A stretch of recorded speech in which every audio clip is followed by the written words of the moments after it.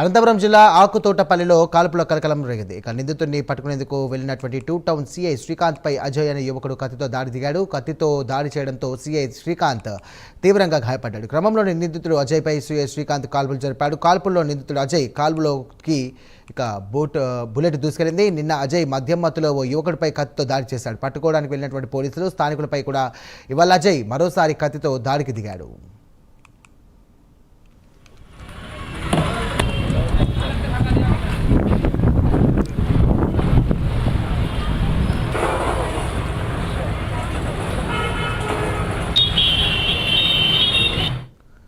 ఇదే అంశానికి సంబంధించి మరిన్ని డీటెయిల్స్ అందించడానికి మా కరెస్పాండెంట్ విజయ్ సిద్ధంగా ఉన్నారు. విజయ్, చెప్పండి, అసలు ఆ దాడి ఎలా జరిగింది, ప్రస్తుతం ఆ పోలీస్ పరిస్థితి ఎలా ఉంది, ప్రస్తుతం అక్కడ ఉన్నటువంటి పరిస్థితి ఏంటి?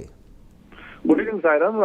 అనంతపురం జిల్లా ఆకుతోటపల్లి గ్రామంలో జరిగిన కాల్పుల కలకలం అయితే జిల్లాలో సంచలనంగా మారింది. అయితే ముఖ్యంగా చూసుకుంటే అక్కడ అజయ్ అనే యువకుడు తన మిత్రులతో కలిసి మద్యం పంపకాలలో భాగంగా ఈ చిన్నపాటి గొడవ మొదలైంది. ఏదైతే అజయ్ ఉన్నాడో, అంటే అజయ్ దాదాపు ఇప్పటికే కర్నూలులో దాదాపు చాలా కేసులు పెండింగ్ లో ఉన్నాయి. అక్కడి నుంచి ఇక్కడికి వచ్చి ఒక గ్యాంగ్ మెయింటైన్ చేస్తున్నాడు అజయ్.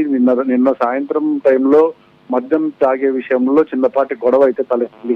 ఈ విషయంలో తలెత్తి అజయ్ పక్కన తన మిత్రుడు రాజశేఖర్ ని కత్తితో దాడి చేసిన సంఘటన అయితే నిన్న సాయంత్రం చోటు చేసుకుంది. అదే రాజశేఖర్ కంప్లైంట్ అయితే పోలీస్ స్టేషన్ లో, 2 టౌన్ పోలీస్ స్టేషన్ లో కంప్లైంట్ ఇవ్వగా వాళ్ళని పట్టుకోవడానికి ఈ రోజు 2 టౌన్ సిఐ శ్రీకాంత్ తన బృందంతో ఈ రోజు టీవీ టవర్ సమీపంలో ఉన్న అజయ్ ని పట్టుకోవడానికి వెళ్ళగా అజయ్ మరోమారు కత్తితో తన అనుచరుల పైన దాడి చేసి పారిపోయాడు.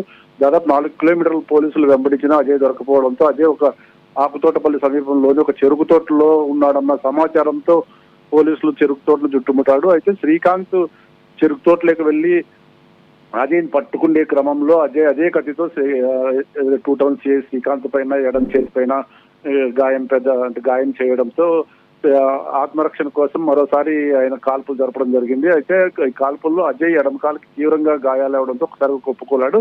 అయితే సిఐ ఇంకా నిందితులు ఉన్నట్లు అదనపు పోలీస్ కోసం సిఫార్సు చేయగా అదనపు పోలీసులు వచ్చి చెరుకు తోటను గాలించి అజయ్ ని అయితే పోలీసులు పట్టుకోవడం జరిగింది. అజయ్ తో పాటు మరి 2 నిందితుల్ని పోలీస్ స్టేషన్ తరలించి అజయ్ తీవ్రంగా గాయపడిన అజయ్ ని అయితే ప్రభుత్వ ఆసుపత్రికి తరలించారు. అదే తరుణంలో గాయపడిన సిఐ శ్రీకాంత్ సైతం అదే ప్రభుత్వ ఆసుపత్రిలో చికిత్స పొందుతున్నాడు. అయితే సిఐకి ఎడమ చేతికి తీవ్రంగా గాయాలు కావడంతో చికిత్స అందించారు. ఇదే సంఘటనా స్థలానికి ఎస్పీ కూడా చేరుకుని విజయ్ కుమార్, థ్యాంక్ యూ.